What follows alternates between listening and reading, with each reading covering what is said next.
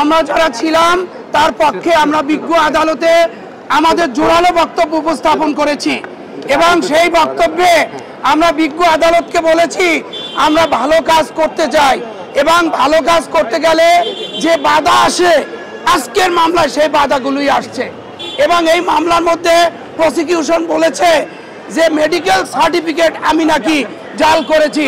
আমি বিজ্ঞ আদালতকে বলেছি যে একটা মেডিকেল সার্টিফিকেট দেখাক যে সার্টিফিকেটটা আমি জাল করেছি। I am not doctor, I am Milton Samaddar. আমি রাস্তাঘাট থেকে অসহায় নির্যাতিত মানুষকে তুলে নেই এবং এই মানুষগুলোকে আমি মানবতার সেবা দিয়ে থাকি।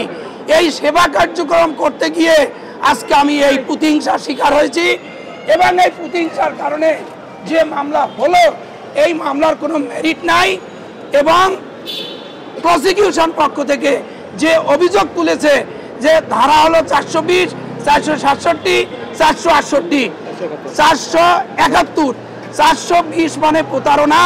আমি কারো কাছে প্রতারণা করেছি এইরকম কোনো কমপ্লেইন নাই।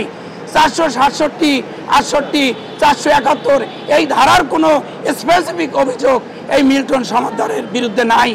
সুতরাং যে অভিযোগ এনেছে এই অভিযোগ ডাহা মিথ্যা এবং মিল্টন সমাদ্দার সত্যিকার অর্থে একজন মানবতার ফেরিওয়ালা।